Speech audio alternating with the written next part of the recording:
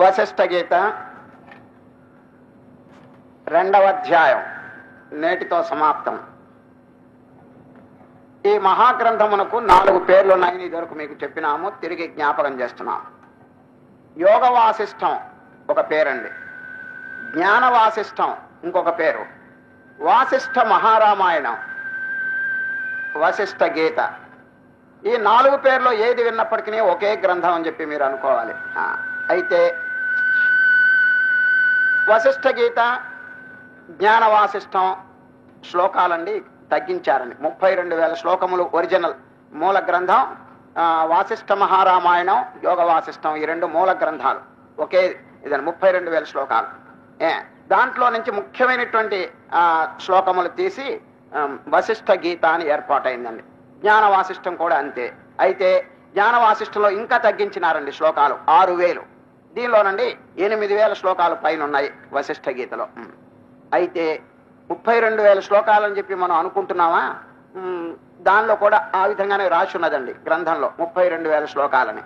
శ్రీ సద్గురు మలయాళ స్వాములు వారండి, వారి ఆశ్రమంలో మేము ఉన్నప్పుడు దీన్ని తెలుగులోకి వ్రాసేటువంటి బాధ్యత, కర్తవ్యం మనకి ఒప్పచెప్పారండి. తెలుగులోకి రాసేది అది వ్రాస్తున్నటువంటి టైంలో వారు ఏమండి లెక్క పెట్టండి 32,000 ఉన్నాయా లేవా అని అడిగారండి మొన్నే.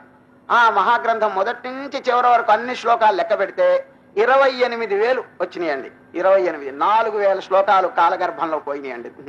4,000 శ్లోకాలు లేవండి. 32 అని మన ఊరికే అనుకోవటమే తప్పితే 28,000 దక్కినాయండి మనకి. చూడండి, తాళ గ్రంథాలు కదూ, కాలగర్భంలో ఎక్కడో పోయి ఉంటాయి, చెదలు కొట్టేసి ఉండొచ్చు, లేక మిస్ అయి ఉండొచ్చు.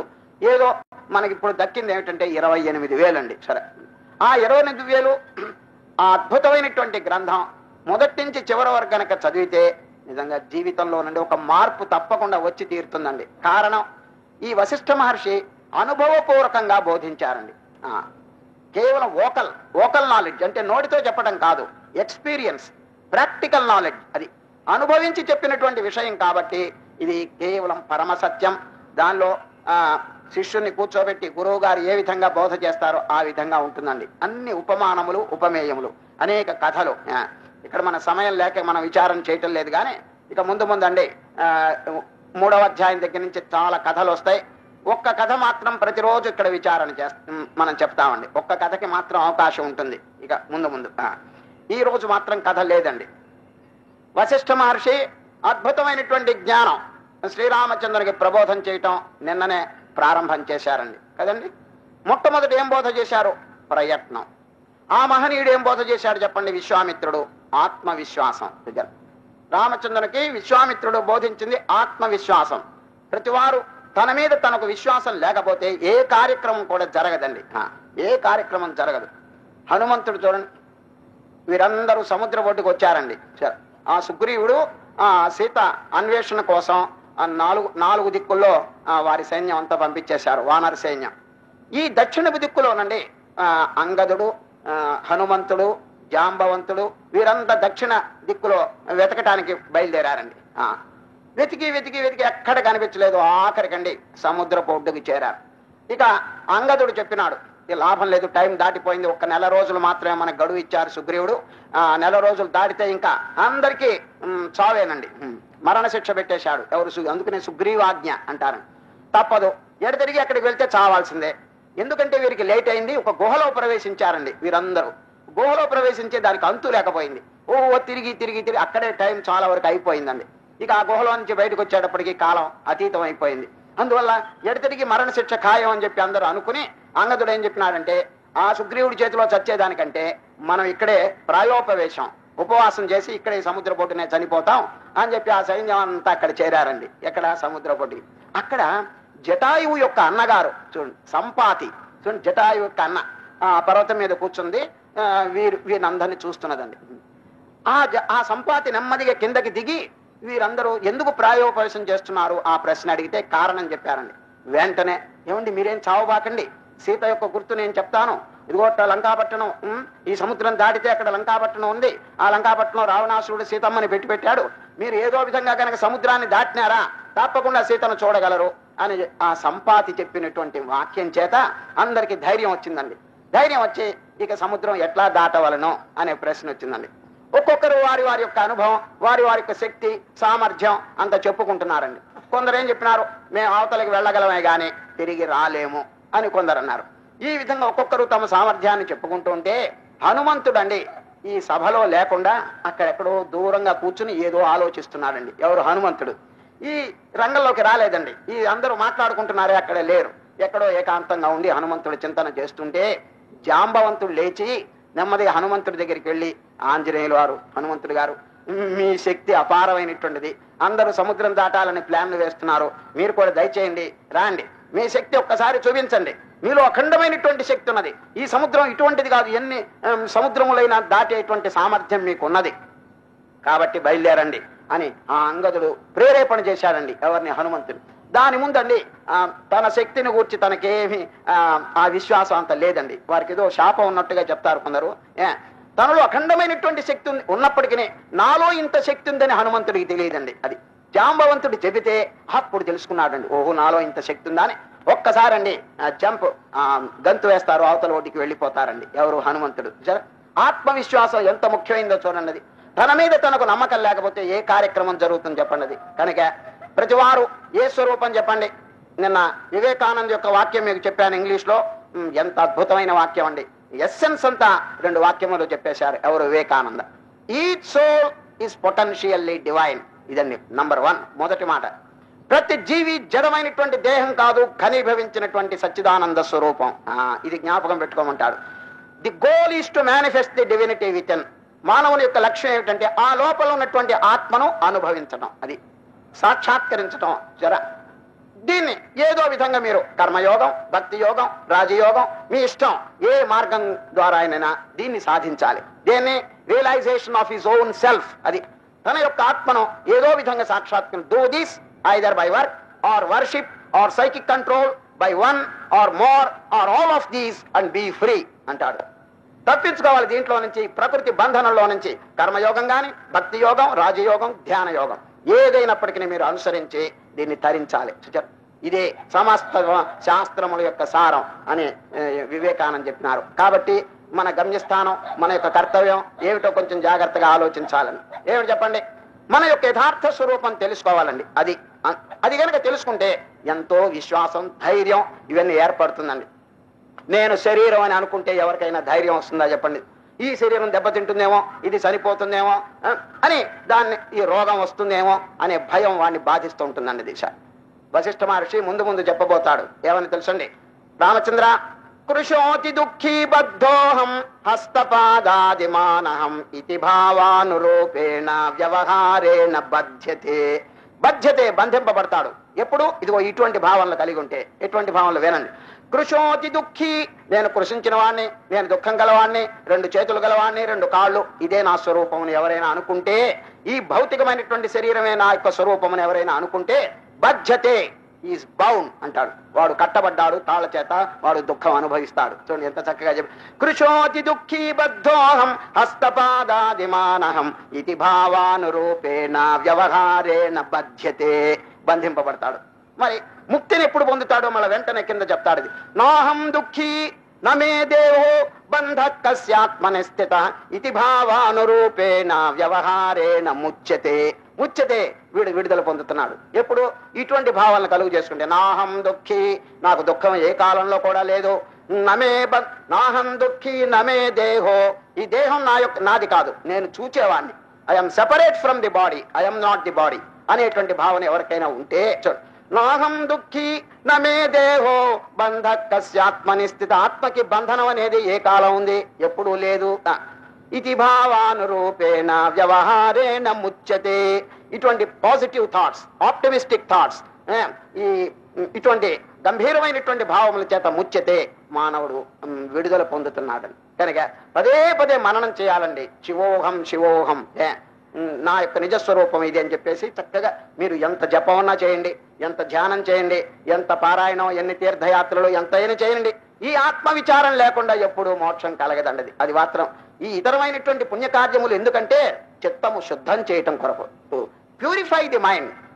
ఇదండి విత్తనం వేయటం అనమాట. ఈ ఆత్మ విచారణ విత్తనం వంటిది. ఏమండి, ఎంతసేపు మీరు దున్నినా విత్తనం వేయకపోతే ఫలితం వస్తుందా చెప్పండి? దున్నటం మంచిదే, కానీ చాలదు. It is not sufficient. ఆ బీజం అనేది, విత్తనం అనేది వేయటం నేర్చుకోవాలి. ఏమిటా విత్తనం చెప్పండి? ఆత్మ విచారణ. సరే, తన యొక్క దీని పేరే జ్ఞాన యోగం లేక బుద్ధి యోగం. The power of discrimination between the real and the unreal. Srikrishna పరమాత్మ నిత్యము అనిత్యమును చక్కగా విభజించటం నేర్చుకోండియా అని చెప్తాడు.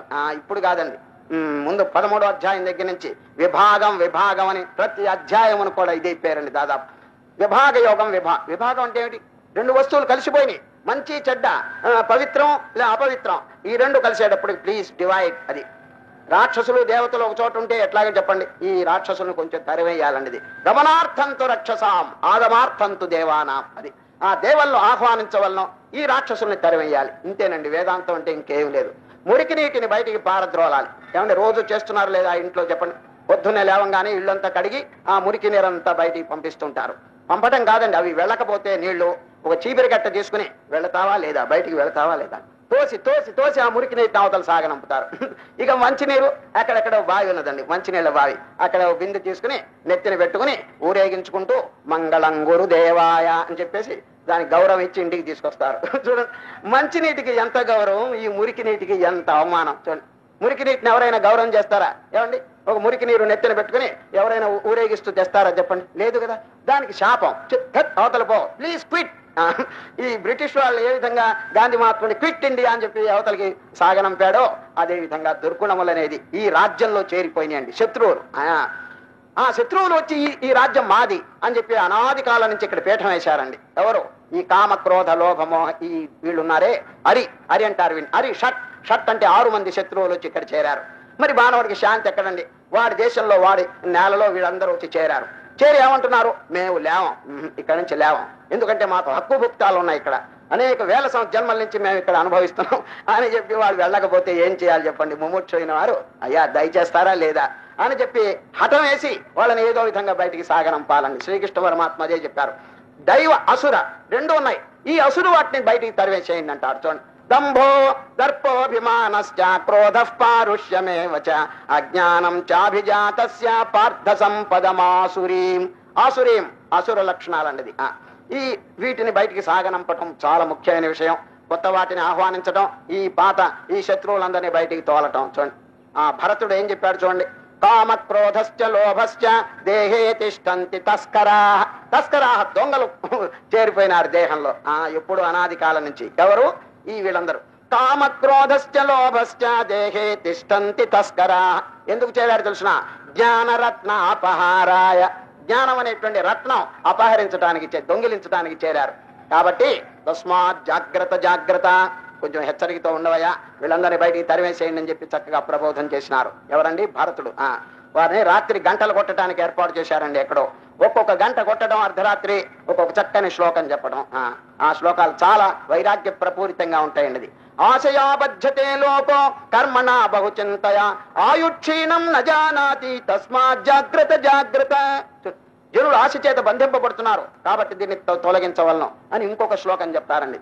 జన్మ దుఃఖం జరా దుఃఖం జాయా దుఃఖం పునః పునః సంసార సాగరం దుఃఖం తస్మాత్ జాగ్రత్త జాగ్రత్త. ఇటువంటి అమోఘమైనటువంటి శ్లోకాలు ఆ భరతుడు చెప్పి చక్కగా ఆ ప్రబోధం చేశారండి. జాగ్రత్తగా ఉండండి, తస్మాత్ జాగ్రత్త, మేలుకోండి. ఏమిటి మేలుకోవటం అంటే? కళ్ళు తెరవటం కాదండి, జ్ఞానం సంపాదించండి. సరే, వాస్తవంగా జాగరణ అంటారు చూడండి. ఇప్పుడు శివరాత్రి వచ్చినప్పుడు జాగరణ, ఉపవాసం రెండు చేస్తారండి. పగలంతా ఉపవాసం చేస్తారు, రాత్రి మేలుకుంటారు. ఎప్పుడండి? శివరాత్రి. కారణం ఏమిటి? ఎందుకు మేలుకోవాలి చెప్పండి? మేలుకోవటం అంటే కేవలం కళ్ళు తెరవటం కాదండి, అది దైవ విషయంలో మేలుకోండి. అది చూచారా, దైవ విషయంలో మేలుకోండి. జాగరణ అంటే తస్మాత్ జాగ్రత్త జాగ్రత్త, మీ ఆత్మస్వరూపంలో, మీ భగవత్ స్వరూపంలో నిలకడ కలిగి ఉండండి. ఇదండి యథార్థమైనటువంటి జాగరణ. నిజంగా మేలుకోవటం అంటే రాత్రులు ఎంతమంది మేలుకోవటంలా? పిల్లులు మేలుకుంటున్నాయండి, ఎలుకలు మేలుకుంటున్నాయి, గొడ్లబోబలు మేలుకుంటున్నాయి. ఆ మేలుకోవటం కాదండి, దైవ విషయంలో మేలుకోవటం. అది అయితే నిద్రపోతే అటువంటిది కుదరదు కాబట్టి నాయన మేలుకుని చక్కగా భగవత్ చింతన చెయ్యండి అని చెప్పి అర్థం అండి. సరే, జాగరణ అంటే దైవ విషయంలో మేలుకోవటం అనమాట. అనగా ఆ శివరాత్రి నాడు జపమాల తీసుకుని ఓం నమ శివాయ పంచాక్షరి చక్కగా జపం చేసుకో, అదండి విధి. కానీ రాను రాను ఏమైపోయిందో తెలిసిన ఆచారం అండి రకంగా మారిపోయిందండి. ఏంటి? మేలుకోవటం, అంతే, ఇంకేం లేదండి. మేలుకోవటం మేలుకోవటానికి కొందరు ఏం చేస్తున్నారు తెలుసండి, 3 సినిమాలకి వరుసగా వెళ్తారండి. రాత్రంతా మేలుకుంటారు. ఏ విధంగా? ఇదిగో ఈ విధంగా భోగ విలాసం వల్ల మేలుకుంటున్నారండి. రాను రాను అట్ట అయిపోయిందండి. ఏమయ్యా జాగరణ చేశా? శుభ్రంగా చేశా అంటాడు. రాత్రంతా మేలుకు. దైవ విషయంలో మేలుకోవాలండి. చక్కగా భగవత్ చింతన చేసుకుంటూ, నామస్మరణ చేసుకుంటూ, చక్కగా ఏదన్నా కాలక్షేపం, ఆధ్యాత్మికమైనటువంటి కాలక్షేపం శ్రవణం చేస్తూ వినటం అనేది జాగరణ అండి. సరే, ఈ ఉపవాసము జాగరణ శివరాత్రికి అండి చక్కగా ఎవరు పెద్దలు ఎప్పుడు ఏర్పాటు చేశారు కానీ చక్కని నియమాలండి. సరే, పగలంతా ఉపవాసం అండి. ఎందుకంటే ఊరికి తెగ తింటుంటాడండి వీడు. అందుచేత ఏదో ఒక్క రోజు సంవత్సరానికి, చూడండి, జన్మానికి శివరాత్రి అంటారు. జన్మానికి 364 రోజులు ఊపిరి తిరగకుండా ముక్కు వరకు తింటే ఒక్కరోజు ఉపవాసం చేయలేరా అనే ఉపవాసం అని పెట్టారండి. కానీ ఆ ఉపవాసం కూడా ఎట్లా మారిపోయిందో తెలుసండి. అన్నం తినరండి, తక్కింది అంతా తినేస్తుంటారండి. అన్నం మినహా ఏమైనా అన్నం తిన్నావా? తినలేదు. అది తక్కింది ఇక టిఫిన్లు ఊపిరి తిరగకుండా తింటుంటారు. కొందరికి అది ఉపవాసం అండి. కాదండి, ఉపవాసం అంటే కొంచెం కడుపుని మార్చాలండి. అది ఏం వేయకుండా. పోనీ ఒకవేళ వేస్తారా, ఏదో ఫలం, ఏదో పండు, లేకపోతే ఏదో నిమ్మ రసం, ఇటువంటిది ఏదో సూక్ష్మంగా పోవాల్సిందే కానీ ఘనమైనటువంటి ఆహారం వేయకూడదండి ఆ ఉపవాసం నాడు. అట్లా చేస్తే ఇంకా డిఫరెన్స్ ఏంటండి? వాడు తిన్నట్టే లెక్క కదండి. ఉపవాసం అంటే అన్నం తినకూడదు అనేటువంటి లెక్క వచ్చేసిందండి. ఆఖరికి అన్నం అంటే ఆ మెతుకులు తినకూడదు. ఆ మెతుకుల్ని బైసెక్ట్ చేసి తినచ్చండి. మళ్ళా దాని పేరు పిండి అంటారు. అది బైసెక్ట్ చేస్తే ఏమవుతుంది? పిండి అవుతుందండి. ఇక దాన్ని సామాన్యంగా తింటాడా, వదులుతాడా చెప్పండి? ఊపిరి తిరగకుండా దంచి పారేస్తాడు. ఈ విధంగా ఉపవాసాలు జాగరణలు చెడిపోయినాయండి. దాని యొక్క యథార్థమైనటువంటి అర్థం, అసలు ఉపవాసం అంటే అర్థం తెలుసిన, ఉప సమీపే వాస. అది భగవంతుని సమీపంలో నివసించటం పేరు ఉపవాసం. అదండి ప్రధానమైన అర్థం. ఉప, సంస్కృతంలో ఉప అంటే సమీపం. భగవత్ సమీపంలో వాసం. వాసం అంటే నివాసం. నాయనా, ఇంతవరకు దేవుడికి దూరంగా ఉంటున్నావు, ఇప్పుడు కొంచెం దేవుడికి దగ్గరికి రా అని చెప్పి ఉపవాసం. చూచారు? ఉపనయనం. చూడండి, ఉపనయనం. నయనం అంటే నేత్రం. ఇదివరకంతా నేత్రం అంటే దృష్టి దూరంగా ఉంది.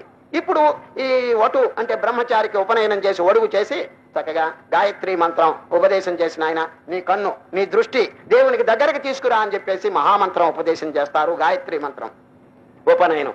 ఇంకోటి ఈ విధంగా ఉప అనేటువంటి దానికి మన సంస్కృతంలోనండి సమీపం అని చెప్పి అర్థం అండి. ఉపశమ.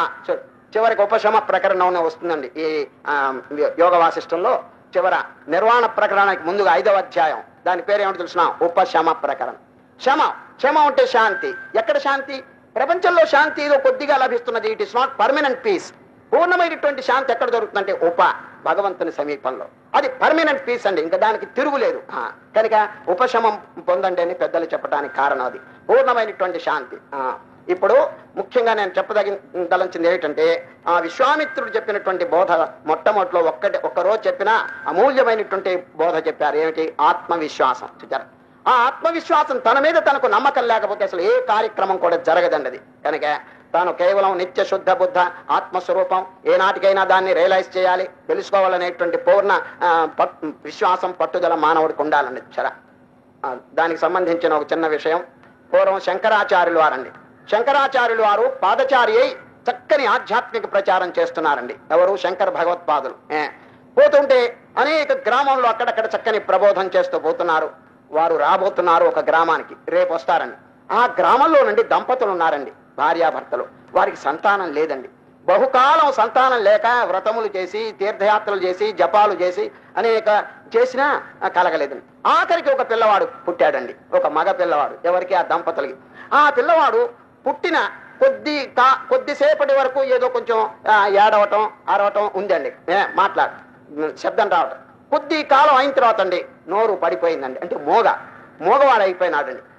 ఎవరితో మాట్లాడు, నోరు అట్లా ఖర్చుకుపోయిందండి.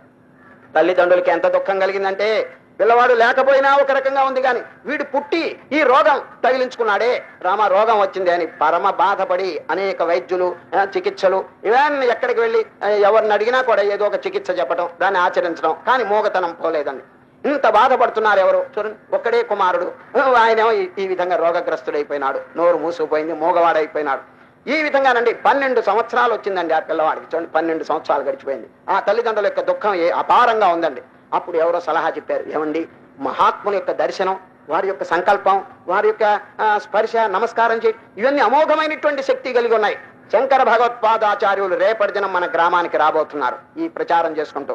మీరేం చేస్తారు తెలుసునా, వారి దగ్గరికి వెళ్ళి పిల్లవాడిని చూపించండి, ఇదిగో పిల్లవాడు మోగవాడు అయిపోయినాడు, మహాత్మా ఆశీర్వదించండి అని చెప్పి వారు తర్వాత భగవత్ సంకల్పం ఎట్లా ఉందో అట్లా జరుగుతుందని సలహా చెబితే, అది మరుసటి రోజు శంకరాచార్యులు రాగానే ఉన్నతమైనటువంటి పీఠం మీద వారిని కూర్చోబెట్టి అందరూ కూడా నమస్కారాలు పూజలు ఇవన్నీ చేస్తున్నారు. అంతా పూర్తయిన తర్వాత అండి ఈ దంపతులు తీసుకుని వెళ్ళి, అయ్యా శంకర భగవత్పాదులు గురుదేవా, ఇదిగోనండి వీడోడు పుట్టాడు, పుట్టకపోవడం హాయిగా ఉన్నాం ఒక రకంగా, వీరు పుట్టిన తర్వాత వీడికి జబ్బు వచ్చిందా, అందువల్ల మనశ్శాంతి లేదు, కాబట్టి వీరికి ఈ మోగతనం పోగొట్టేటట్టు చూడండి అని ప్రార్థన చేశారు. ఎవరు? తల్లిదండ్రులు. శంకరాచార్యులు వారు వాడిని పిలిచాడండి, పిల్లవాడిని, నాయన ఎదురుగుండా నిలబడు అన్నారు. ఎవరు? శంకరులు. కస్త్వం అన్నాడండి. కస్త్వం, త్వం అంటే నీవు, కహ ఎవరు? సంస్కృతంలో మాట్లాడారండి. ఎవరు? శంకరాచార్య. కస్త్వం. అప్పుడు ఆ పిల్లవాడు నోరు తెరిచి చూడండి ఈ జవాబు చెప్తాడండి. ఎవరికి? శంకరాచార్య. నాహం మనుష్యో నచ దేవయక్షౌ న బ్రాహ్మణ క్షత్రియ వైశ్య శూద్రా న బ్రహ్మచారి గృహే వనస్థో భిక్షుర్న చాహం నిజ బోధ రూప. ఈ శ్లోకం చెప్తాడండి. దద్దరిల్లిపోయినారండి చుట్టూ ఉన్న జనం అంతా. తల్లిదండ్రులు ఆశ్చర్యచకితులైపోయినారు. శంకరాచార్యులు కూడా ఆశ్చర్యం. వండర్ ఆఫ్ వండర్స్, ఇదేమిటి, చిన్నప్పటి నుంచి నోరు మూసుకున్నటువంటి వాడు ఇప్పుడు నోరు తెరిచి మామూలు మాటలు కాదు, అద్భుతమైనటువంటి వేదాంత సారం అంతా చెప్పేశాడు. నీవు ఎవరు అంటే, నా అహం మనుష్యో, నేను మనుష్యుణ్ణి కాదు, నేను బ్రహ్మచారి కాదు, గృహస్థుణ్ణి కాదు, నిజబోధ రూప సచ్చిదానంద చైతన్య స్వరూపుణ్ణని ఇంత గంభీరంగా చెబితే అందరూ ఆశ్చర్యచకితులైపోయినారు. ఇక తల్లిదండ్రుల యొక్క ఆనందం చెప్పడానికే లేదండి. శంకరులు కూడా ఆశ్చర్యం కలిగి ప్రశ్న చేస్తున్నాడు. నాయన, మీ తల్లిదండ్రులు నువ్వు మోగవాడవని చెప్పారే, మరి ఈ విధంగా మీరు చక్కగా మాట్లాడారే, మరి మీకు మోగతనం ఉన్నదా అని అడిగాడండి. ఎవరు? శంకర్. లేదు అన్నాడండి. చిన్నప్పటి నుంచి అసలు మోగతనం లేదా అన్నాడు. మళ్ళీ లేదు అన్నాడు. మరి ఎందుకు మీరు మాట్లాడటం లేదు? ఈ పాడు ప్రపంచంతో ఎందుకు మాట్లాడాలని నోరు మూసుకున్నాను, ఇంకే ఈ పాడు ప్రపంచంతో ఎందుకు మాట్లాడాలని మౌనంగా ఉన్నాను, అంతేగాని నాకు మోగతనం లేనే లేదు అంటాడండి. చూడండి, ఆ చిన్న పిల్లవాడు చిన్నప్పటి నుంచి ఈ దృశ్యంతో, ఈ ప్రపంచంతో, ఈ సంసారంతో నాకేమి సంబంధం, నేను చక్కగా ఆ నిజస్వరూపంలో ఉంటామని చెప్పేసి చిన్నప్పటి నుంచి ఆత్మ స్థితిలో ఉన్నాడండి ఎవరైనా, అంతేగాని మోగతనం కాదండి. సరే, కొందరు సుషుప్తి. సుషుప్తి అంటే కేవలం మొద్దుగా పడి ఉంటాం. కొందరు సమాధి. సుషుప్తికి సమాధికి ఎంత భేదమో, వీరు జడం అని చెప్పి అందరు అనుకుంటే చైతన్యంలో కాపరం ఉంటున్నారండి. ఏమని చెప్పారు? ఇదంతా ఎందుకు చెప్పినాను, నీవు ఎవరు అంటే, నేను దేహం, ఇదిగో నా వయస్సు ఇంత, మా తల్లిదండ్రులు వీరు అని ఏమైనా చెప్పినాడా? లేదండి. నాహం మనుష్యో నచ దేవయక్షో న బ్రాహ్మణ క్షత్రియ వైశ్య శూద్రా న బ్రహ్మచారి గృహీ వనస్థో భిక్షున్న చాహం నిజ బోధ రూప. ఇదండి. ఈ విధంగా చెప్పడం మానవుడు నేర్చుకోవాలండి. చిదానంద రూప శివోహం శివోహం. అప్పుడు శంకరాచార్య చాలా ఆనందపడ్డాడు.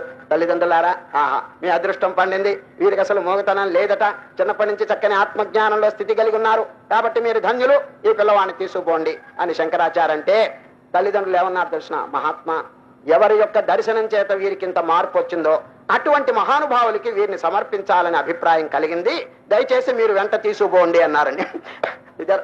వెంటనే భేష్ అన్నాడు ఎవరు? Shankaracharya. Very good, please come on. వారికి ఒక పేరు పెడతాడండి అక్కడే. ఏం పేరు తెలిసిన, చేతిలో నెల్లికాయ, నెల్లికాయో లేకపోతే ఉసిరికాయ అంటారు చూడండి, నెల్లికాయ కనుక పెడితే, ఉసిరికాయ పెడితే ఎంత డైరెక్ట్ గా మానవుడు చూడగలడో ఆ విధంగా పరమాత్మను మీరు డైరెక్ట్ గా అనుభవిస్తున్నారు, కాబట్టి మీ పేరు హస్తామలకుడు అన్నాడండి.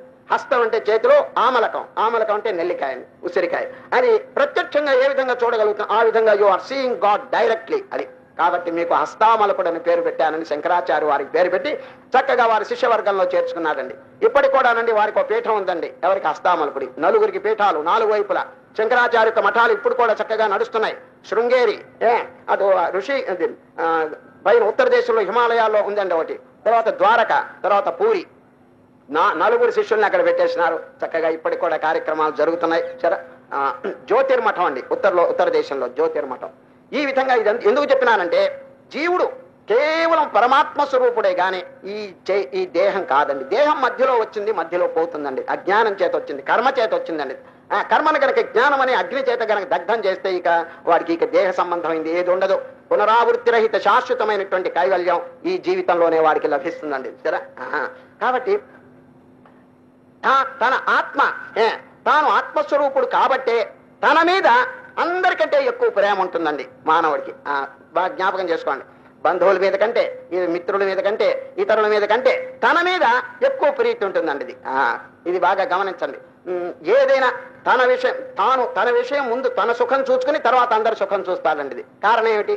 He's most dearest. అది తన ఆత్మ, లోపల ఆత్మ ఉన్నది కాబట్టి, అది ఆనంద స్వరూపం కాబట్టి తన మీద తనకెంతో ప్రీతి ఉంటుందండి. ఇతరుల మీద కొంత డివైడ్ అయిపోతుంది. పూర్ణమైనటువంటి ప్రేమ అండి తన మీద ఉంటుంది. దేనికంటే ఆత్మస్వరూపం సచ్చిదానందం కనుక. కాబట్టి ఒక ఆశ్రమంలో ఏం జరిగిందో తెలుసండి. ఆశ్రమంలో శ్రీరామనవమి వచ్చిందండి. శ్రీరామనవమి పండగ వస్తే గురువు గారు శిష్యులందరి చేత పూజ చేయించాడండి. రాముల వారి పటం అక్కడ పెట్టి శ్రీరామనవమికి పూజ అంతా అయింది. భక్తులంతా తండోపతండంగా వచ్చారు. భక్తులు తండోపతండంగా అక్కడికి వచ్చి కూర్చున్నారండి. పూజ అంతా పూర్తయింది. ఇక ప్రసాదం అరటిపళ్ళు ముక్కలు, అరటిపళ్ళు ఒలిచి ముక్కలన్నీ పళ్ళెల్లో కోసి ఒక శిష్యుని పిలిచాడండి. పిలిచి, గురువు గారు, ఆయన ఇదిగో భక్తులంతా సమావేశమైనారు, వీరందరికీ పూజ అయిపోయింది కాబట్టి ప్రసాదం పెట్టండి అని ఆ పళ్ళెం చేతికిచ్చి దాంట్లో అన్ని అరటిపళ్ళ ముక్కలు ఉన్నాయండి, అందరికి పంచిపెట్టు అన్నాడు. అయితే ఇంకొక వాక్యం ఏమన్నాడు తెలుసునా? నీకు ఇష్టమైన వాడు ఎవడో, ఇంతమంది కూర్చున్నారు కదా, నీకు ఇష్టమైన వాడు ఎవడో వీళ్ళల్లో వాడికి ముందుగా పెట్టు. ముందుగా వాడికి పెట్టి తర్వాత అందరికి పెట్టు. మీకు మహా ఇష్టమైన వాళ్ళు ఎవరో వాడికి ముందుగా పెట్టమన్నాడు. వాడేం చేశాడంటే వాడు నోట్లో వేసుకున్నాడండి. వాడు ఏరా కూర్చున్న వాళ్ళలో ముఖ్యులకి పెట్టమంటే నువ్వు నోటే, ఇక్కడ ఉన్న వాళ్ళలో నేనే ముఖ్యుణ్ణి, నా మీద నాకు ఎక్కువ ప్రీతి అంటాడు వాడు. ఎంత చక్కగా చెప్పాడు చూడండి. కనుక ఈ ఆత్మ అనేది, ఈ ఆత్మ కొరకు అందరి మీద ప్రేమ వస్తున్నదండి. సరే, ఇప్పుడు ఎవరైనా ప్రేమిస్తున్నాడంటే తన కొరకు వాళ్ళని ప్రేమిస్తున్నాడు కానీ వాస్తవంగా కాదంటాడు. ఇది ఉపనిషత్తులో చెప్పిన రహస్యం అండి.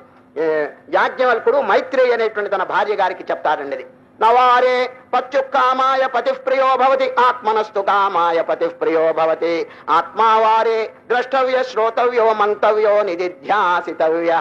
ఈ ఆత్మస్వరూపాన్ని గురించి పరమ ప్రేమాస్పదమైనటువంటిది. ఈ ఆత్మ కోసం తక్కిన వారి మీద ప్రేమ ఉంటున్నది అంటారు. ఎవరు? యాజ్ఞవల్కుడు మైత్రేయితో చెప్తున్నారు. ఇది విశ్వామిత్రుడు చెప్పినటువంటి బోధ. ఆత్మవిశ్వాసం తప్పకుండా కలిగి ఉండాలి తన మీద. ఇక నిన్న వశిష్ఠుడు వారు ప్రారంభం చేస్తూ ఏం చెప్పినారంటే అద్భుతమైనటువంటి బోధ. ప్రయత్నం, సాధన, ప్రతివారు అనుష్ఠానం లేకపోతే పరమాత్మను ఎప్పుడు సాక్షాత్కరించుకోలేరు. నోటి మాటలతో వచ్చేది కాదండి. సరే, ఏదైనా ప్రయత్నం మీరు అడగచ్చు, ఏమండి ప్రయత్నం లేకుండా ఏమొస్తుంది తెలిసిన? ఇప్పుడు ఏమి ప్రయత్నం చేయకపోతే ఈ శరీరం కొన్నాళ్ళకండి మృత్యు పాలైపోతుందండి. ఆ మృత్యువు కోసం, మరణం కోసం, చావటం కోసం ఎవడేం ప్రయత్నం చేయక్కర్లేదు. ఊరికే ఉన్నా చావు వస్తుందండి. సరే, కాదండి. దానికి ఏమండి చావులకి ఏమైనా సాధన చేయాలా? లేదండి. బాల్యము, యవ్వనము, వార్ధక్యము, మరణము. చూచారా? ముసలితనం వచ్చిందంటే నెమ్మది కింద పడిపోతుంది. దానికి ఏమైనా ప్రత్యేక సాధనలు ఉన్నాయా? లేదండి. ఆటోమేటిక్ గా వాడు పోతాడు. చూచారా? మోక్షానికి అట్లా కాదండి. మోక్షం సాధన చేయాలి. మృత్యు అనే దానికి సాధన అవసరం లేదండి. ఊరికే ఉన్న పశువుకి గాని మనుషుడు గాని చావు అనేది వస్తుందండి. కానీ మోక్షం అట్లా రాదండి. మోక్షం అనేది ప్రయత్న ఫలం. అది తాను కష్టపడి ప్రయత్నం చేయాలి కనుకునే స్వయం అంటాడు. ఎవరు? శ్రీకృష్ణుడు. సరే, నహి జ్ఞానేన సదృశం. ఓ అర్జునే, జ్ఞానముల కంటే మించినటువంటి వస్తువు ముల్లోకముల్లో కూడా లేదు. కానీ అది ఎట్లా లభ్యం అవుతుంది? తాను స్వయంగా కష్టపడాలి. నేను ఇదివరకు చెప్పినాను చూడండి, ఆకలి దుఃఖం పోవాలంటే తాను స్వయంగా ఇట్లా భోజనం చేస్తే ఆకలి తీరుతుందే కానీ ఇతరులు ఎవరైనా తింటే తనకి ఆకలి తీరుతుందా? లేదు. అదేవిధంగా ఈ అజ్ఞానం అనేటువంటి దుఃఖం, ఈ ఆకలి దుఃఖం వంటిది. తాను స్వయంగా జ్ఞానమును సంపాదించి అజ్ఞానం పోగొట్టుకోవాలి. అది స్వయం తాను కష్టపడాలి. యోగ సంసిద్ధ కాలేనాత్మని విందతే. ఇంకొక చోట ఏం చెప్తారు? అర్జునే, ఎవరికి వారు ఉద్ధరించుకోవాల్సిందే. గురువులు గాని, దైవం గాని, శాస్త్రం గాని దారి చూపుతారు. ఇదిగో ఇటుపో అంటారు. ఇటుపో అంటే నడవలసింది ఎవరు? వీడే కదా. ఆ సైన్ బోర్డులు ఉంటాయి చూడండి, సైన్ బోర్డులు మోస్తారండి వీళ్ళంతా, గురువులు గాని శాస్త్రం గాని. Go this way, go that way అంటారు. కానీ నడవలసింది ఎవరు? తన కాళ్ళతో తను నడవలసిందే. కనుక శిష్యుడు, గురువు ఏ విధంగా చక్కగా సాధన చేసుకున్నాడో శిష్యుడు కూడా ఆ విధంగా సాధన చేసుకుంటే మోక్షం పొందుతాడే గాని లేకపోతే కేవలం నోటి మాటల చేత ఎవ్వరు కూడా మోక్షం పొందలేరని. ఎందుకంటే కారణం చెప్తాను. అనేక జన్మార్జితమైనటువంటి వాసనలు ఉంటాయండి. వాసనలు అంటే ఏమిటి? ఘనీభవించినటువంటి అలవాట్లు, దురలవాట్లు. అవన్నీ ఘనీభవించుంటే ఎట్లా ఒక్క రోజులో పోగొడతాడో చెప్పండి. ఏదైనా ఒక పాడు అలవాటు ఉంటే ఒక్క రోజులో పోతుందా? చెప్పండి. ఇప్పుడు ప్రత్యక్షంగా కొన్ని పూర్వజన్మార్జితం అట్లా ఉంచండి. ఈ జన్మలో కొన్ని దుస్సాంగత్యం చేత, ఈ ఇతరుల యొక్క ప్రోద్బలం చేత, చెడ్డ సహవాసం చేత కొందరండి చెడు అలవాట్లు కొన్ని అలవాటు చేసుకుంటున్నారని ఈ జన్మలో చేసినవే పోవటం లేదండి. ఇంకా తక్కిన జన్మార్జితమైన ఇప్పుడు చూడండి, పొరపాటున బీడీ గాని లేకపోతే సిగరెట్ గాని ఏదైనా అలవాటు చేశాడు అనుకోండి, 10 రోజులు కనుక తాగాడా ఇక దాన్ని మార్చటం మహా కష్టం అండి. మార్చలేడు. It becomes a habit. Habit అంటే సంస్కారంగా అలవాటుగా మారిపోతుంది. దాన్ని మార్చటం మహా కష్టం అండి. ఒక ఊళ్ళోనండి 2 ఉన్నారండి స్నేహితులు. 2 ఎప్పుడు సిగరెట్ తాగుతూనే ఉంటారండి. దానికి సందు లేదండి. దాని పేరు చైన్ స్మోకింగ్ అంటారండి. చైన్ స్మోకింగ్ అంటే ఏమిటి? అఖండ దీపం అన్నమాట. అఖండ దీపం వెలిగి సప్తాహాల్లోనండి అఖండ దీపం ఆరిపోకూడదండి. ఆ విధంగా వెలిగిస్తుంది. ఒకవేళ ఆరుతుందా నూనె పోస్తారండి మనం. ఆ విధంగా ఒకటి తర్వాత తాగుతున్నారండి. ఎవరు? ఈ సిగరెట్ల వాళ్ళు. అలవాటు అయిపోయింది, పాడు వ్యసనం. వారిలో ఒక స్నేహితుడండి డైలీ పేపర్ చూస్తున్నాడండి. ఏది? మ్యాగజైన్, దినపత్రిక. ఆ దినపత్రికలో ఒక శీర్షిక ఉందండి. ఏమనగా, సిగరెట్ ఎక్కువగా తాగిన వారికి క్యాన్సర్ వ్యాధి వస్తుంది అని ఉందండి. దాంట్లో సిగరెట్లు కనుక ఎవరైనా మితిమీరి కనుక తాగుతుంటే వారి క్యాన్సర్ అంటే మహాభయంకరమైన వ్యాధి వస్తుంది అని ఉందండి. ఇక చూడండి, గుండె బద్దలైంది. ఊపిరి తిరగకుండా వాడు తాగుతుంటాడు. ఈ క్యాన్సర్ వ్యాధి వస్తుందని భయపడి వాడి స్నేహితుడి దగ్గరికి పరిగెత్తాడు ఈ పేపర్ తీసుకుని. వాడు వీడిని మించిగా తాగేవాడండి. వాడు, ఏమయ్యా మన కొంప మునిగింది, మనకేమో ఈ పాడు అలవాటు ఉంది, ఈ అలవాటు ఉన్న వాళ్ళకి క్యాన్సర్ జబ్బు వస్తుందని దీంట్లో రాశారు, దీనికి ఏమిటి ఉపాయం? ఇప్పుడు దాన్ని తప్పించుకోవాలంటే వాడు ఏమన్నాడు తెలుసునా? పేపర్ చదవటం మానేవాయ్ అన్నాడు వాడు. అంతేగాని అలవాటు మార్చుకోమని వాడు చెప్పలేదన్నది. పేపర్ చదవబాక, చదివితే ఇటువంటి అన్నీ వస్తుంటాయి. రామ రామ, ఎంత పాడు అలవాట్లు అయిపోయినాయి చూడండి. ఈ విధంగా దాన్ని మార్చడం బ్రహ్మ ప్రయత్నం అయిపోతుందండి. ఈ ఒక్క జన్మలోనే ఇంత కష్టపడుతుంటే అనేక జన్మల నుంచి సంక్రమించినటువంటి పాడు అలవాట్లండి. అసూయ, ద్వేషము, ఈర్ష్య, దంభం, కోపం, తాపం ఇవన్నీ కూడా అనేక జన్మల నుంచి కంటిన్యూ అవుతున్నాయండి. దీన్ని నివారణ చేయాలంటే ఎంత కష్టం చెప్పండి. కనుకనే వశిష్ఠులు వారు ప్రయత్నం, ఎఫర్ట్, తప్పకుండా ప్రయత్నం చేయకపోతే మానవుడు మోక్షం పొందనేలేడని చెప్పి నిన్న పూర్వజన్మ సంస్కారం, ఇహజన్మ ప్రయత్నం, ఈ రెండిటికి యుద్ధం జరుగుతుందని చెప్పాడు. చెప్పలేదండి? ప్రాక్తనం చైహికం చేతి ద్విధం విద్ధి పౌరుషం ప్రాక్తనో అద్యతనేనాశో పురుషార్థేన జీయతే. పూర్వజన్మార్జిత అలవాట్లు ఇప్పుడు మహాత్ముల యొక్క సాంగత్యం చేత, తన యొక్క సత్ప్రయత్నం చేత తప్పకుండా తొలగిపోతాయి అంటాడు. చూడండి, ప్రత్యక్షంగా చూడండి, అనేక మంది పాడలవాట్లు జన్మార్జితమైన ఉంటే దాన్ని ఇప్పుడు ప్రయత్నం చేత, మహాత్ముల యొక్క సాంగత్యం చేత, అధ్యయనం చేత చక్కగా తొలగించుకుంటున్నారండి. సరే, ఎన్నో పాడు గుణాలన్నింటినీ మంచి మార్గంలోకి వస్తున్నారు. ఆ విషయం చెప్తున్నారు. ఇది 2 పొట్టేళ్లు యుద్ధం చేసుకుంటుంటే ఎవరు గెలుస్తారు? ఏ పొట్టేలుకి కొమ్ములు వాడిగా ఉన్నదో, దేనికి ధైర్యం ఎక్కువగా ఉందో ఆ పొట్టేలు గెలుస్తుందండి. ద్వౌహుడావివ యుద్ధేతే పురుషార్థం సమాసమౌ.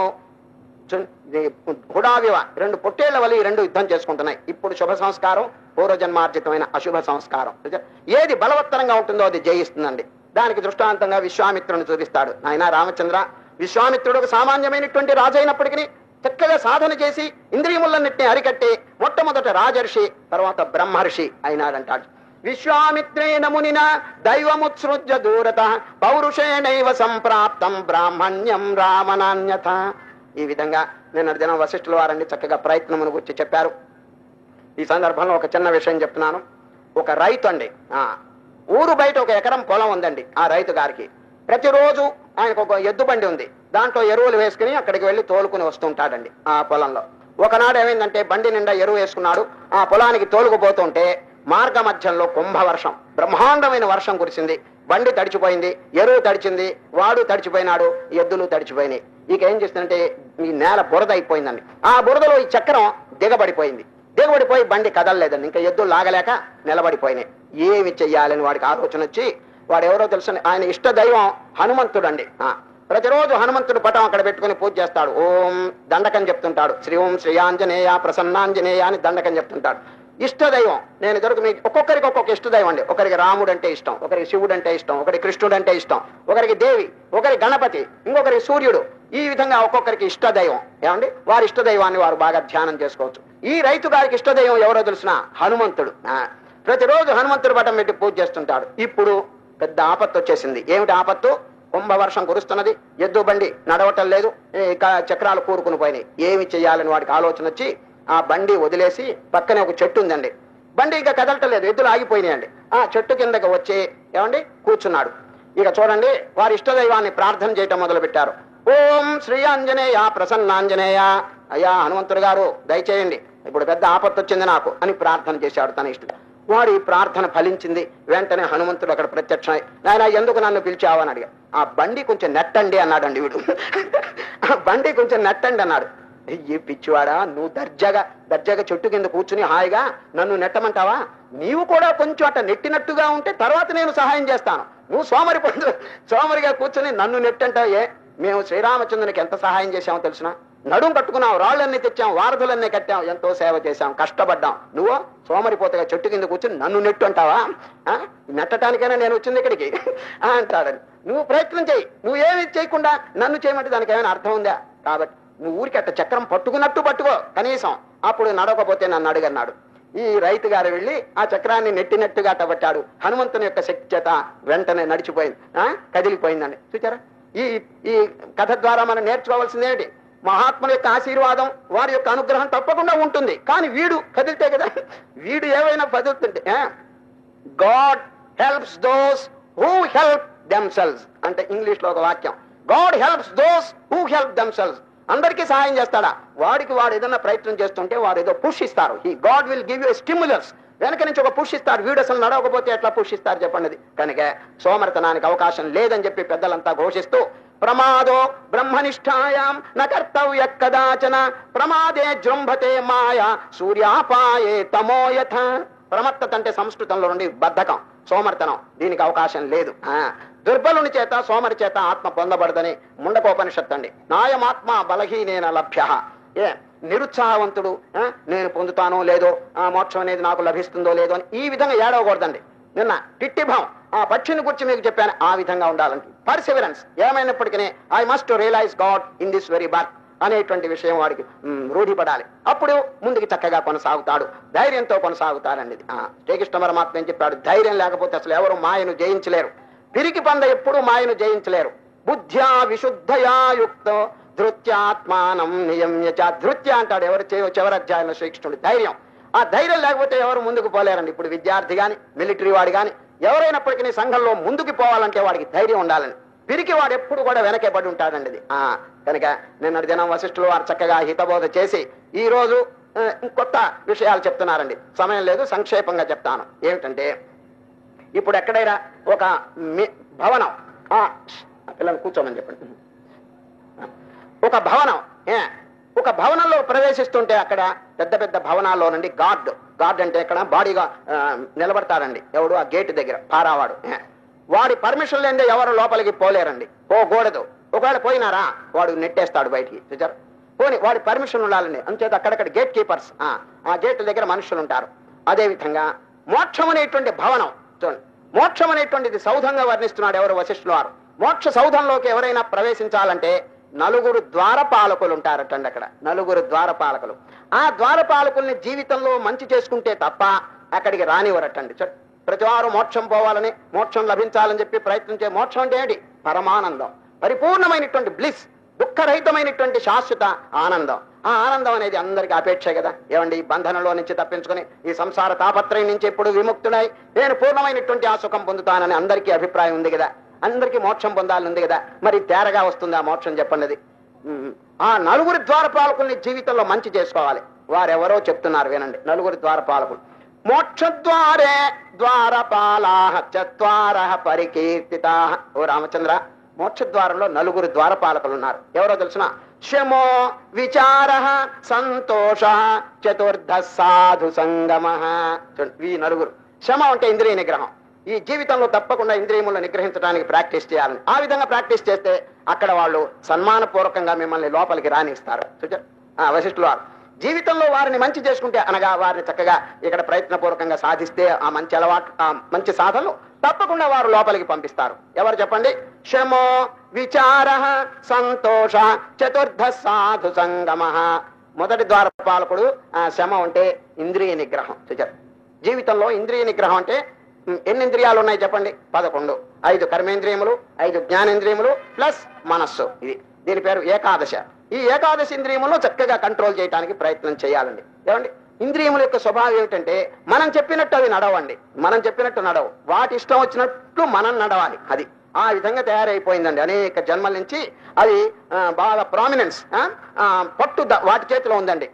ఇప్పుడు చూడండి, నాలుక, నాలుగు ఏమంటుంది? ఏమండి ఇదిగో ఫలానా వస్తువు తినండి, మంచి రుచికరమైన వస్తువు, ఏదో పలహారం అంటుంది. అది వీడు దాని మీద ఆశ పుట్టి నెమ్మదిగా తినేస్తాడని చూడండి. ఇది సాయంత్రం 6 గంటలు కాగానే కన్ను ఏమంటుంది తెలుసిన? ఏమండి పర్సు జేబులో వేసుకుని కొంచెం ఆ సినిమా దగ్గరికి పదండి అంటున్నది. చూడండి దాసోహం, నువ్వు చెప్పినట్టే చేస్తా అని వీడండి దానికి లోబడిపోయినాడు. He has become a slave to the senses. అది చూడండి, స్లేవ్ అయిపోయినాడు, బానిస అయిపోయినాడు. ఏంటి ఊరికే డబ్బంతా ధారబయటిందని హాయిగా ఏదైనా బీదలకు ఇచ్చినా లేకపోతే ఇంకేదైనా సదుపయోగం చేసినా దాంట్లో పుణ్యం ఉంటుంది. ఏమిటి దీంట్లో నేర్చుకునేది ఏమిటి? ఉన్న కాస్త వివేకం పోగొట్టుకుని లేనిపోని వికారాలన్నీ తెచ్చుకుని మనస్సంతా ఖరాబు చేసుకోవడానికి అని దానికి చంపలు వాయించి, ఓ కన్నా నువ్వు నన్ను అడుగుతున్నావు, నేను నీకు అలవెన్స్ ఇవ్వను, పర్మిషన్ ఇవ్వను అని కనుక దాన్ని తిరస్కరిస్తే ఎంత మంచి దారిలోకి వస్తాడు. వీడండి అట్లా లేదండి. ఆ కన్ను ఏం ఆర్డర్ ఇచ్చినా, నోరు ఏమి చెప్పినా తప్పకుండా దాసోహం అని చెప్పి వాడికి శిరసా వహిస్తున్నాడు.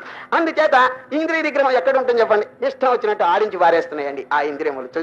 తస్మాత్వం ఇంద్రియాని ఆదౌ అంటాడు శ్రీకృష్ణ పరమాత్మ. In the beginning you have to conquer the senses. అది ఈ ఆధ్యాత్మిక క్షేత్రంలో ఎవరైనా అడుగు పెట్టారంటే నోటి మాటలు కాదు. You must control your senses in the beginning, at the outset. అది మొట్టమొదటి వీటిని జయించబోతే ఏం ఉపయోగం లేదంటాడు. శంకరాచార్యులు ఏమన్నారు తెలిసిన? యోగస్య ప్రథమం ద్వారం వాంగ్ నిరోధ. యోగంలో మొట్టమొదటి మెట్టు ఏమిటంటే నోటిని అరికట్టడం. యోగస్య ప్రథమం ద్వారం వాంగ్ నిరోధ అంటాడు. మరి ఆ నోరుని అరికట్టబోతే వీడు ఏమైనా ముందుకు పోతాడో చెప్పండి? అవి బానిసలు చేసేసి వీటందరూ ముక్కుకి తాడు కడుతున్నాయండి. సరే, ఇంద్రియములు ఏం చేస్తున్నాయి తెలిసిన? ఒక పశువు అండి, ఒక ఎద్దు చూడండి ఎంత పెద్దది, కానీ ఒక చిన్న పిల్లవాడు దాన్ని తాడు పట్టుకు ఈడ్చిపోతాడండి. ఇది ఆశ్చర్యం కదండి. ఏనుగు ఎంత పెద్ద చెప్పండి? ఏనుగు బ్రహ్మాండమైన ఆకారం కదా. ఒక మావటి వాడు దాన్ని నెమ్మదిగా తాడు పెట్టి ఈడ్చు. కూరలో ఉప్పు తగ్గింది అనుకోండి, ఉప్పు తగ్గితే ఈ నాలుగు ఏం చేస్తుందంటే అది కొద్దిగా చూస్తుందండి, అరే రే ఉప్పు తగ్గిందని. అప్పుడేంటి? నో అడ్మిషన్, నో అడ్మిషన్, ఉప్పు కలిపే వరకు నేను లోపలికి రానివ్వను అనేస్తున్నాను సార్. అది హఠం వేసేస్తుంది. వీడండి కష్టపడి మళ్ళా ఉప్పు కలుపుకుంటే తప్ప, లేకపోతే నో అడ్మిషన్ వితౌట్ పర్మిషన్. ఈ విధంగా ఈ నాలుకండి గేట్ కీపర్. ఇక్కడ సరిగ్గా ఈ శరీరం అనేటువంటి భవనానికి ఇది గేట్ అండి. ఈ గేట్ దగ్గర చేరాడు వీడు. ఎవరండి? ఈ నాలుక. రామా, వాడు ఎన్ని కోరికలు కోరతాడంటే చెప్పడానికి లేదండి. ఇప్పుడు చూడండి, సంసారంలో ఈ నాలుక వల్ల సతమతం అయిపోతున్నారు. అది ఇష్టం వచ్చినట్టు ఆడిస్తున్నది. వీడేమిటంటే ముక్కుకి తాడు కట్టినట్టు వీడు ఆడుతున్నాడండి. ఇది అట్లా ఉండకూడదంటాడు. నిగ్రహం అంటే ఏంటి? Control your senses. అవి చెప్పినట్టు మీరు ఆడవాకండి, మీరు చెప్పినట్టు అవి నడవాలి. అది దీని పేరు ఇంద్రియ నిగ్రహం. మొట్టమొదటి ద్వారపాలకుడు ఈ జీవితంలో నుండి కొంచెమైనా నిగ్రహాన్ని సాధించాలండి. సరే, శమో ఇది మొదటిదండి. విచార.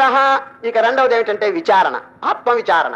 నేనెవరు, ఈ జగత్ ఏమిటి, ఈ బంధువులు ఎవరు, ఈ మిత్రులు ఎవరు, ఈ ధనం ఏమిటి, ఈ సంపదలన్నీ ఈ ఎన్నాళ్ళు ఉంటుంది, దీనికి నాకేమి సంబంధం, హౌ లాంగ్ అనేటువంటి విషయం బాగా విచారణ చేయాలని. ఈ విచారణ అనేది అన్నిటికంటే ముఖ్యం అండి. ఇది లేనందువల్లే చీకట్లో పడిపోతున్నాడు. వివేకం అనేది ఎటువంటి తెలిసిన? ఇల్యూమినేషన్. ఇల్యూమినేషన్ అంటే లైట్ అండి, టార్చ్ లైట్. చీకటిగా ఉన్నప్పుడు టార్చ్ లైట్ ఎంత సహాయం చేస్తుందో వివేకం కూడా అంత చక్కని సహాయం చేస్తుందండి. సరే, కనుకనే శంకరాచార్య శిరో వివేకం, ఈ శరీరంలో శిరస్సు ఎంత ప్రధానమైందో ఆ విధంగా వివేకం అనేటువంటి చాలా ప్రామినెంట్ అంటాడు. విచారణ చేయకపోతే ఎట్లా తెలుస్తుందండి? ఈ జగత్తంతా సత్యం అని చెప్పి అనుకుని దీంట్లోనే వాడు ప్రవేశించి కాలం అంతా గడిపేస్తున్నాడు. ఏమండి, ఆఖరికి ఏమవుతుంది తెలుసిన? Nature will give him shock by shock అంటాడు వివేకానంద. చివరికి స్లాబ్ బై స్లాబ్ చెంప వాయిస్తుంది. నైనా ఇది పర్మనెంట్ అనుకుంటున్నావు, చూడండి పతనమై ఒక్కొక్కరు రాలిపోతున్నారండి. సంసారంలో అందరూ శాశ్వతంగా ఉన్నారా? ఇప్పుడు మీ తాతలు ముత్తాతలు ఉన్నారా చెప్పండి? ఇది లేరు కదా. ఎక్కడికి పోయినారనే కొంచెం విషయం ఆలోచించి నా గతి కూడా అంతే అవుతుందని ఎవరైనా విచారణ చేస్తున్నారా? లేదండి. ఈ విచారణని కళ్ళు మూసుకుని ఏదో వ్యవహారంలో పడిపోవటమే గాని హౌ లాంగ్, ఈ ప్రపంచం నేను పుట్టి ఎంతకాలం అయింది, ఎంతసేపు, ఇంకా ఎంతకాలం ఉండబోతాను, తర్వాత నా గతి ఏమవుతుందనేటువంటి ఆలోచన. నిన్న చెప్పలేదండి మ్యాక్స్ ముల్లర్, సాయంత్రం చెప్పింది మ్యాక్స్ ముల్లర్. ఆ విద్యార్థికి ఏమన్నారు? అది నెక్స్ట్ నెక్స్ట్ అన్నాడు. What becomes of your soul after death అన్నాడు. చూడండి, చనిపోయిన తర్వాత నీ గతి ఏమవుతుంది ఇప్పుడైనా ఆలోచించావా అన్నాడు.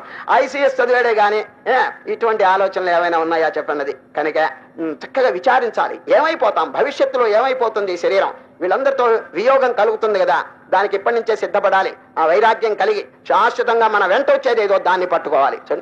వీళ్ళందరినీ వదిలిపెట్టమని కాదు, ఉండవచ్చును కానీ అన్అటాచ్డ్.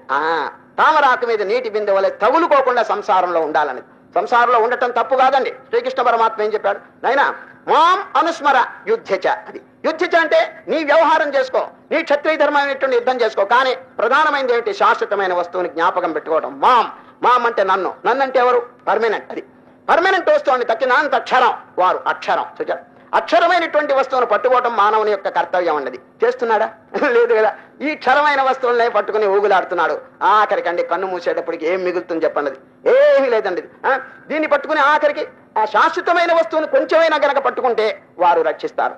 ఈ రోజండి రేడియోలో భక్తి రంజన్లో ఏం చెప్పారు తెలిసిన?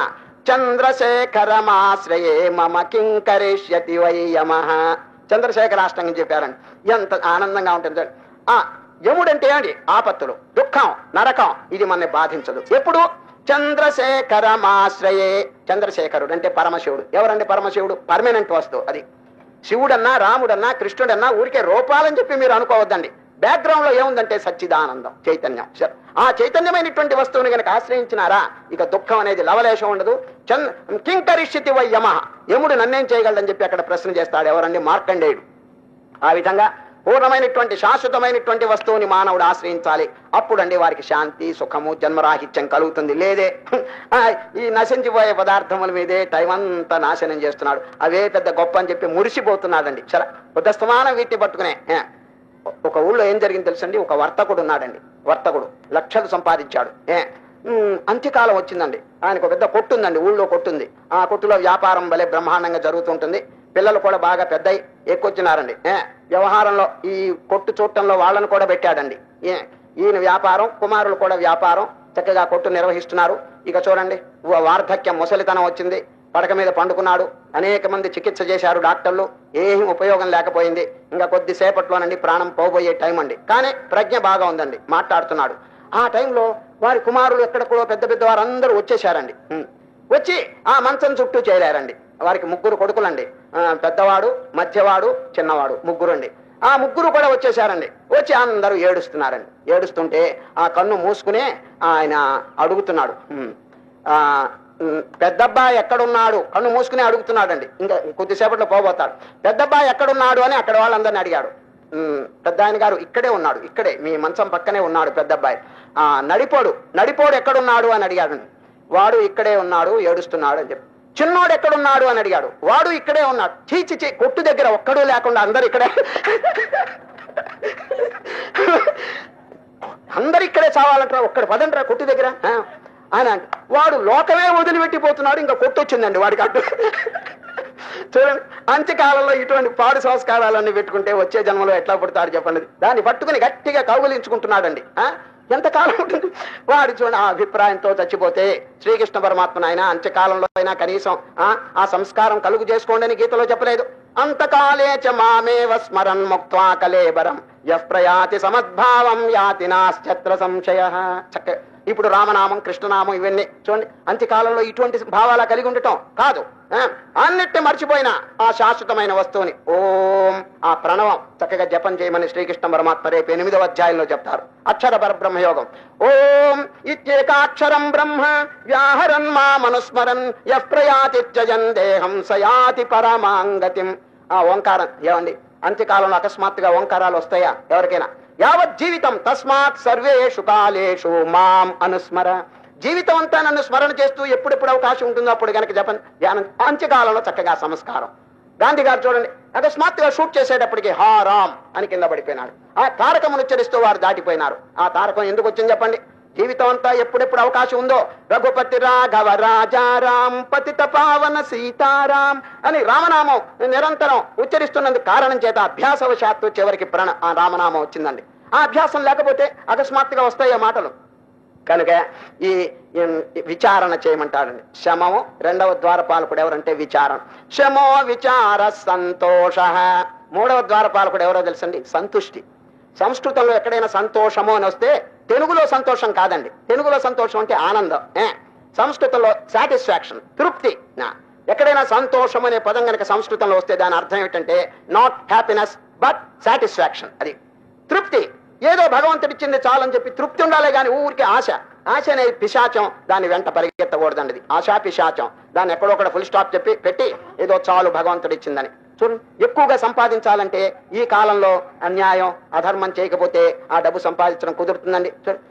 ఎక్కువ సంపాదించడం దేనికి? ఆఖరికి ఎవరికి ఇచ్చిపోతాడు వాడంతా? చెప్పండి, ఎవరికో ధార పోసిపోవాల్సిందే కదా. తన కొడుకు, తన శరీరం, కుటుంబం ఇంత మాత్రం పోషణకి కావాల్సింది ఉంటే చాలు కదా. ఎందుకు విపరీతంగా ఆర్జించడం, అన్యాయం చేయటం, అధర్మం చేయటం, దానివల్ల పాపం మూట కట్టుకోవటం దేనికని ఆలోచించి ఏదో ఉన్న దాంతో సంతృప్తి పొంది ఏదో భగవంతుడు ఇచ్చిన చాలని తృప్తి.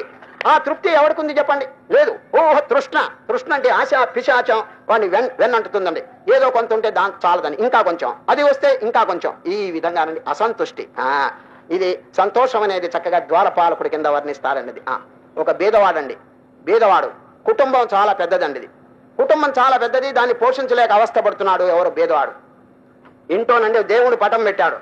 దేవుడు పటం పెట్టి సాష్టాంగ నమస్కారం చేసి దేవుణ్ణి ప్రార్థన చేస్తున్నాడు. దేవా, దారిద్ర్యంతో చాలా బాధపడుతున్నాను, ఒక్క 100 రూపాయలు, 100 రూపాయలు సహాయం చేయండి అని దేవుడి గారిని ప్రార్థన చేశాడండి. సరే, నిజంగా వాడి మొర ఆలకించినాడు భగవంతుడు.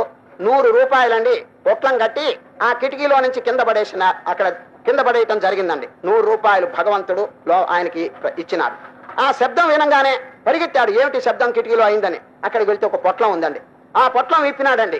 100 రూపాయలు ఉన్నాయండి. ఆహా, ఎంత! మొదట్లో ఏమన్నాడు? దేవా 100 రూపాయలు ఇవ్వండి అని. సరిగా 100 రూపాయలు వారింటికి వచ్చినాయి. వెంటనే ఏం చేశాడు తెలుసునా? దాన్ని దాచిపెట్టి పటం దగ్గరికి పరిగెత్తాడు. నిస్వష్టి శతం శతి దశ శతం. దేవుడు గారు ఒక 1000 సహాయం చేయండి. 100 రాకముందు ఏమన్నాడు? 100 చాలన్నాడు. తర్వాత 1000 దశ శతం. అది దశ శతం అంటే 1000 సహాయం చేయండి. భగవంతుడు వీరి మొర ఆలకించాడు. ఏదో 1000 రూపాయలు అవకాశం ఇచ్చేటువంటిది. వెంటనే అంతటితో ఫుల్ స్టాప్ పెట్టాడా? లేదు. మళ్ళీ పటం దగ్గరికి పరిగెత్తి లక్షం అన్నాడండి. లక్షకెసరు పెట్టాడండి. చూడండి ఆ శ్లోకం ఎంత చక్కగా ఉందో. నిస్వష్టి శతం శతి దశ శతం లక్షం సహస్రాధిపో లక్షేశ క్షితిపాలతాం. లక్షాధికారిగా చేస్తే తృప్తి లేదటండి, నన్ను రాజుగా చేయండి అంటండి. లక్షేశ క్షితిపాలతాం క్షితిపతిశ్చక్రేశతాం వాంఛతి. పోని రాజు చేస్తే ఏమండి చక్రవర్తిగా చేయండి అంటండి. చక్రేశ సురరాజతాం. పోని చక్రవర్తిగా చేశాడా? ఇంద్రుడుగా చెయ్యండి అంటాడు. ఇంద్రుడు ఆశ. సురరాజతాం సురపతిర్బ్రహ్మాస్పదం వాంఛతి. బ్రహ్మ శైవ పదం శివో హరిపదం ఆశావధిం కోగత. ఆశ యొక్క అంతం ఎవరు పొందారని కవీశ్వరుడు చెప్తున్నాడండి. కనుక సంతుష్టి, ఏదో భగవంతుడు ఇచ్చింది చాలు అని చెప్పి ఫుల్ స్టాప్ పెట్టాలి. ఇది 3వ ద్వారపాలకుడు. ఇంతవరకు ఎవరు చెప్పండి? ఇంద్రియ నిగ్రహం, ఆత్మ విచారణ, సంతుష్టి. 4వ వాడు ఎవరంటే సాధు సంగమ, మహాత్ముల యొక్క సాంగత్యం. ఇది అన్నిటికంటే చాలా ముఖ్యం. చీకట్లో పరితపించేవాడు, ఎవరి దగ్గరైనా దీపం ఉంటే వారిని ఆశ్రయించాలండి. చూచారా, దీపం కలిగిన వాడు చీకటి అంధకార బంధురమైనటువంటి ఈ సంసార రంగంలో పడిపోయి నానా బాధలు పొందుతున్నటువంటి వాడు ఎవరిని ఆశ్రయించాలో తెలుసిన? దీపం ఎవరి దగ్గర ఉందో వారి కాళ్ళు పట్టుకోవాలి. ఎవరంటే దీపం కలిగిన వారు? వివేకం జ్ఞానం అనేటువంటిది ఎవరి దగ్గర ఉంది? మహాత్ములు, అనుభవజ్ఞులైనటువంటి సద్గురువులు. వారి దగ్గరికి వెళ్లి చక్కగా వినయపూర్వకంగా ప్రశ్నించి ఈ సంసార తాప నుంచి తరించడానికి అవకాశం వారి దగ్గర నేర్చుకోవాలి. ఏ ఉపాయం ద్వారా? అది శిష్యుడు గురువు దగ్గరికి వెళ్లి కాళ్ళ మీద పడతాడు. దుర్వార సంసార దవాగ్ని తప్తం దోధూయమానం దురదృష్టవాతై. చూడండి ప్రార్థన. ఓ గురుదేవా, ఈ అపారమైనటువంటి ఈ దావానలో, చూడండి అడవుల్లో దావానలో, దాంట్లో పడిపోయి నేను చాలా బాధపడుతున్నానంటాడు. దుర్వార సంసార దవాగ్ని తప్తం దోధూయమానం దురదృష్టవాతై భీతం. నాకు భయం కలుగుతున్నది. ప్రపన్నం పరిపాహి మృత్యో శరణ్యమన్యదహం నజాని. మీరు తప్ప నాకెవరు శరణ్యం లేరని ప్రార్థన చేస్తే గురువు గారు ఏం చెప్తారు తెలిసిన? మా భయిష్ట విద్వన్ డోంట్ ఫియర్, డోంట్ వరీ, ఏం కంగారు పడవద్దని చెప్పి ముందు అభయహస్తం ఇస్తాడండి ఎవరు? గురువు గారు. మా భయిష్ట విద్వన్ తవ నాస్తి అపాయ, there is no danger to you అంటాడు. తవ నాస్తి అపాయ సంసార సింధో తరణేశ్చుపాయ. ఈ సంసార సముద్రం దాటడానికి ఉపాయం నేను చెప్తాను అని చక్కగా గురుదేవుడండి ఆ ఆత్మ వస్తువును గురించి చక్కగా బోధిస్తాడు. దీని పేరండి సత్సాంగత్యం. గీతలో కూడా చూడండి, అర్జున మీకు ఎప్పుడైనా జ్ఞానమును కూర్చున్న విచారణ తెలుసుకోవాలని కనుక అభిప్రాయం కలిగితే అనుభవజ్ఞుడైనటువంటి మహాత్ముల దగ్గరికి వెళ్లి సాష్టాంగ నమస్కారం చేసి గురుసేవ చేసి పరిప్రశ్న వినయపూర్వకంగా ప్రశ్నించి వారి ద్వారా మీరు తెలుసుకోండి అని చెప్పలేదండి. తద్విద్ధి ప్రణిపాతేన పరిప్రశ్నేన సేవయ ఉపదేక్షంతి తే జ్ఞానం జ్ఞానినస్తత్వదర్శిన. ఈ విధంగా 4వ ద్వారపాలకుడు మహాత్ముల యొక్క సాంగత్యం. ఓ రామచంద్ర, ఈ 4 ద్వారపాలకుని జీవితంలో ఎవరు మంచి చేసుకుంటారో, ఈ 4టిని ఎవరు చక్కగా సాధిస్తారో వారికి సన్మానపూర్వకంగా అక్కడ ఎల్లవెన్స్, యు ఆర్ వెల్కమ్, చక్కగా దయచేయండి అని చెప్పి వారికి ఆహ్వానం వస్తుందని. అట్లా కాకుండా వారిని కనుక సాధించకపోతే, మంచి చేసుకోకపోతే, మీరు కనుక ఒకవేళ వెళ్ళినా అయ్యా no entrance, please get out అంటారు. చూడండి, అవమానం అవమానం కలుగుతుందండి. అక్కడికి వెళ్తే లోపలికి పోనివ్వరండి. మోక్షం అనే అనంతమైన ఆనందం అనుభవించడానికి వీడికి దక్కదండది. కనుక జీవితంలో చక్కగా సాధించమని వశిష్ఠులు వారు ఈ రోజు శ్రీరామచంద్రునికి ముముక్ష ప్రకరణ చివరి భాగంలో మోక్షద్వార పాలకులను చెప్పి విరమిస్తారు. రేపటి దినం 3వ అధ్యాయం ఉత్పత్తి ప్రకరణను కూర్చున్న ప్రసంగం ప్రారంభిస్తాం. ఈ రోజు సాయంత్రం భగవద్గీత 6వ అధ్యాయం, చాలా చక్కని అధ్యాయం అండి. ఆత్మ సంయమ యోగం. శ్రీకృష్ణ పరమాత్మ అర్జునుడికి చక్కని హితోపదేశం చేస్తారు. ఇప్పుడు ఓంకారం జపం చేస్తారు.